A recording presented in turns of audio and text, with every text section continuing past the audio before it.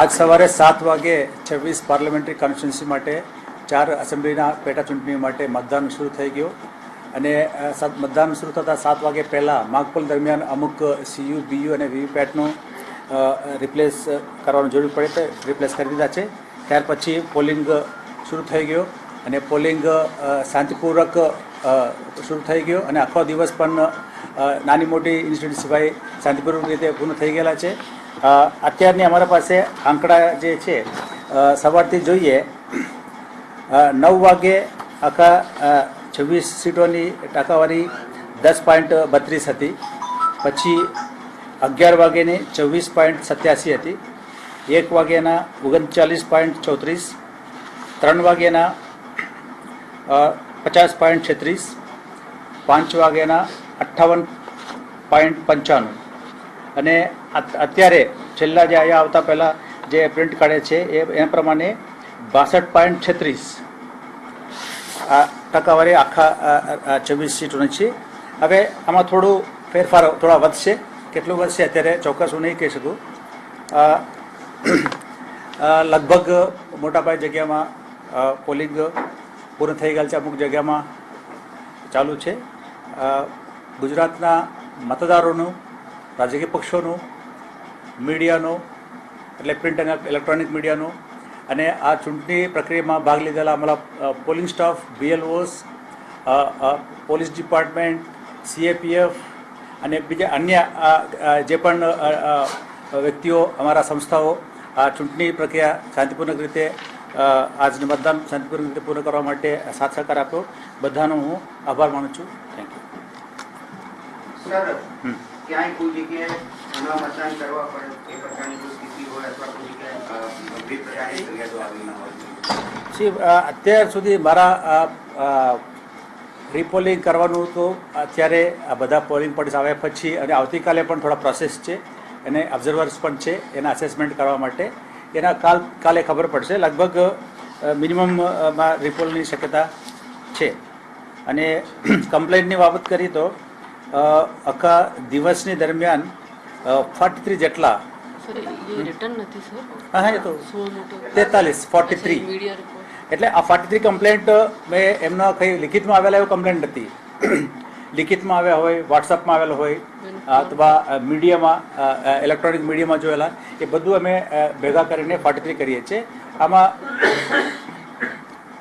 જિલ્લાવાર જોઈએ તો મેક્સિમમ અમદાવાદમાં 11 છે અને જુનાગઢના 5, અમરેલીના આણંદના 5, અમરેલીના 4, દાહોદના 3, જામનગરના 3, ભાવનગરના 3, બાકીના 1 આવેલા છે.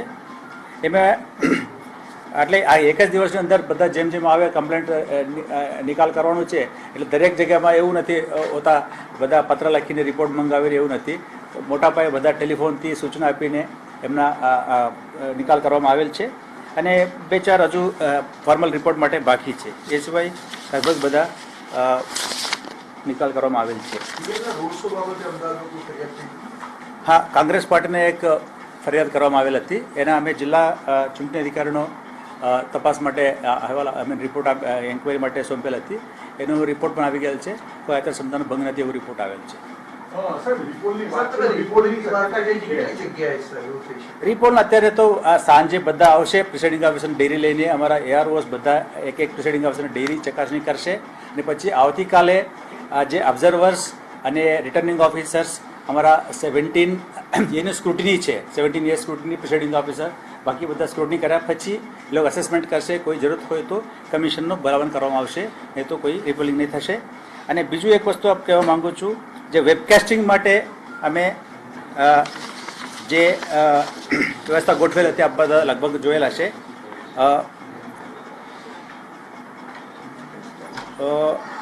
98.87% લાઈવ હતા અમારા.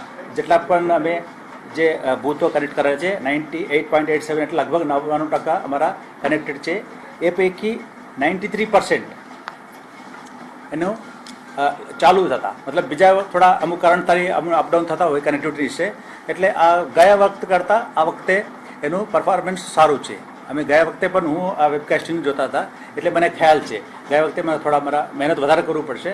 આ વખતે એનું વધારે સ્મૂથ ચાલ્યું અને એના કારણથી આટલા જે લગભગ 4500 જેટલા પોલિંગ સ્ટેશનનો દિલ્હી કક્ષાથી અહીંયા અમારા કક્ષાથી જિલ્લા કક્ષાથી પણ સીધી રીતે અમે મોનિટરિંગ કરી શકાય. જેવા ક્રિટિકલ પોલિંગ સ્ટેશન વગેરે જે કમ્પ્લેન્ટ આવે તો અમે અહીંયાથી બેસીને પણ જોઈ શકીએ. દાખલા તરીકે મહેસાણાનો એક કમ્પ્લેન્ટ આવેલો હતો મને, આ રીતે અમે અંદર બેસાડતા નથી પોલિંગ એજન્ટ્સનો. પછી તુરંત મેં આ પોલિંગ સ્ટેશન ખોલીને જોયો, ત્યાં શાંતિપૂર્વક ચાલતા હતા. એ રીતે કમ્પ્લેન્ટો પણ અમે અહીંયાથી બેસીને પણ નિકાલ કરી શકીએ. એનો ફાયદો થયો અમને. સર, માનવદર વિસ્તારનો એક વિડીયો આવ્યો છે, એમાં બૂથ ઉપર જતા લોકોને અટકાવવામાં આવી રહ્યા છે. એ વિડીયો અત્યારે અમને એકાદ કલાક પહેલાં મને એક પત્રકારે મોકલ્યા હતા. મેં તુરંત જોયો, થોડા મને ગંભીર લાગે એટલે તુરંત મેં આઈજી લાન્ડરનો મોકલીને વાત પણ કરી દીધા. પછી એ પણ ચકાસણી કરીને એસપી જોડે વાત કરે. એ સવારની ઇન્સિડન્ટ હતા, એમાં પોલીસે જરૂરી કાર્યવાહી કરી દીધેલા હતા. એમાં રિપ્લાય પણ આપેલા છે બધા અમુક લોકો. એ બધા પોલીસ ડિપાર્ટમેન્ટ છે. એ પાર્ટી બધા પોલીસ પાસે એ કાર્યવાહી થઈ ગયેલા છે. એનો રિપોર્ટ આવશે, રાત્રે આવશે. So what about those photographs that are taken within the polling booth, you know, voting while pressing the જે અમારા એક બે કિસ્સા અમારા ધ્યાનમાં આવેલા છે, એ ત્યાં સંબંધિત અમે ડીઓનો અમે કાર્યવાહી કરવા where were these માટે reported from, sir? એક રાજકોટના એક ક્લિપિંગ મેં જોયો. એમાં રાજકોટ એવું ચોક્કસ નથી. મને ત્યાંથી જે કોઈ મોકલતા હોય છે ને, આમ મોકલનાર શું ડિટેલ્સ આપતા નથી, ખાલી એમ ક્લિપિંગ મોકલી દે. એટલે પછી મારા 2-3 જિલ્લા મોકલવાનું શોધવાનું. रिपोर्ट आएगी हमको पता नहीं चल रही. હા, બસ મેં એવું કરાવું એવું કહું છું. એવું છે. બીજું એક ક્લિપિંગ આવેલો હતો, એ થોડા ગંભીર છે. એ પછી અમે તપાસ કર્યો, એ તો ગુજરાતનો હતો જ નથી. West Bengal. Sir, Sir, how many complaints of missing voters and missing names from voters list this time? મારા કક્ષા મારા મેલમાં 2-3 કિસ્સા આવેલા છે. સર, જિલ્લા કક્ષાના મારા પાસે. સર, એક ગાંધીનગરમાં પણ એક કિસ્સો બન્યો હતો કે એ પોતે સરકારી કર્મચારી નથી, ખાનગી નોકરી કરે છે અને એને એવું કહેવામાં આવ્યું હતું અહીંયા કુડાસણના સંદર્ભમાંથી એના નામે બેલેટ પેપર ઇસ્યુ થઈ ચૂક્યું છે. એનું એવું કહેવું હતું કે અડધો દિવસ એ ત્યાં આગળ અલગ અલગ જગ્યાએ ગાંધીનગરમાં ફર્યો, પણ આપને પણ મેલ કરેલું છે. મને કોઈ મેલ નથી. મને હમણાં 1-2 પત્રકાર મારી પાસે આવ્યો હતો, એમને હાજરીમાં મેં ચકાસણી કર્યો. આવું નામથી મારા કોઈ મેલ આવેલ ન હતો. પરંતુ આવું કોઈ થતા હોય એના કાયદામાં આવું જોગવાઈ છે. ત્યાં એ પ્રિસાઇડિંગ ઓફિસર પાસે એનું સોલ્યુશન છે. આમ બધા આમ ફરેલો હોય તો ગાંધીનગરમાં એ તો બીજી વસ્તુ છે. Sir, how many complaints of MCC violation have been? So if you could elaborate on that, sir. Which one? The MCC violation. See, MCC violations इससे ज़्यादा तो नहीं होगा. Okay, I need mic. સાહેબ, તમે જે વિડીયોની વાત કરી, એ વિડીયો કેનો છે, શું છે? એક પ્રશ્ન શાની video? એ પેલો ગુજરાત બહારનું છે. ગુજરાત બહારનું છે. હા, એમાં અંદર જે લેંગ્વેજ હોતા એ તો ગુજરાતની નથી, એટલું જ ખબર પડે. આમનું તમે પણ જોઈ શકો છો વિડીયોમાં, સર, તમને આપી ઈવીએમના દઈશું. સંદર્ભમાં આપે એમ કીધું કે જ્યારે મોક પોલ થયો ત્યારે આવ્યું હતું, પરંતુ એ પછી આજના દિવસ દરમિયાન કોઈ એવા ફિગર્સ છે કે આટલા કે જો ઈવીએમ ખામી હતી અને આટલા ઈવીએમ રિપ્લેસ કરવામાં આવ્યા હતા, એના કોઈ ફિગર્સ દિવસ દરમિયાન એવું કોઈ ફરિયાદ નથી રિપ્લેસમેન્ટને, પરંતુ હવે મારા અડધો કલાકમાં ડિટેલ્સ આવશે. એક્ઝેક્ટલી કોઈ રિપ્લેસ થઈ ગયો તો એકાદનું ડિટેલ આવશે, એ પછી કહી Can you દઈશ. give the bifurcated data on all the complaints? No, I don't have. Especially See, MCC, the violations of MCC. see, on poll day we don't do that classification because as and when it comes, immediately we do the action actually. Because I mean before the election, poll day we have enough time to segregate, classify all those things. But on day, 8 hours, 10 hours, we have to do everything. That's why we don't do But you classification. must be having the number of MCC violations. Number I told na everything. They are not at Specifically NCC. of, MCC No, violations. I have not done any classification. Sir, કેટલા ગામડાઓએ ચૂંટણી બહિષ્કાર કર્યો? ડાંગમાં 2 ગામનો report આવેલ હતી. એ પૈકી એકમાં ચાલુ થઈ ગયો હતો.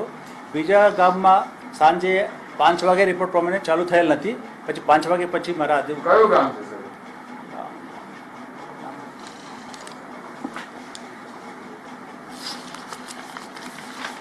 So if you could just firstly go over the type of complaints. Pardon? The type of complaints that were. See, I can randomly read. I can Yes, randomly, randomly.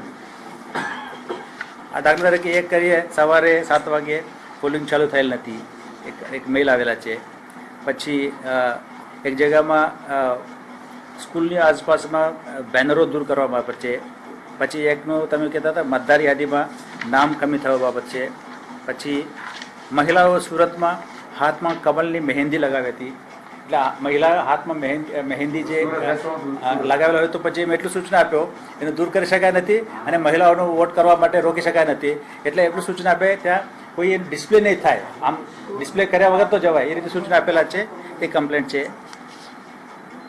અને માનાવદરના મેન દરડામાં એક કમ્પ્લેન્ટ છે What is the complaint? Bogus મતદાનની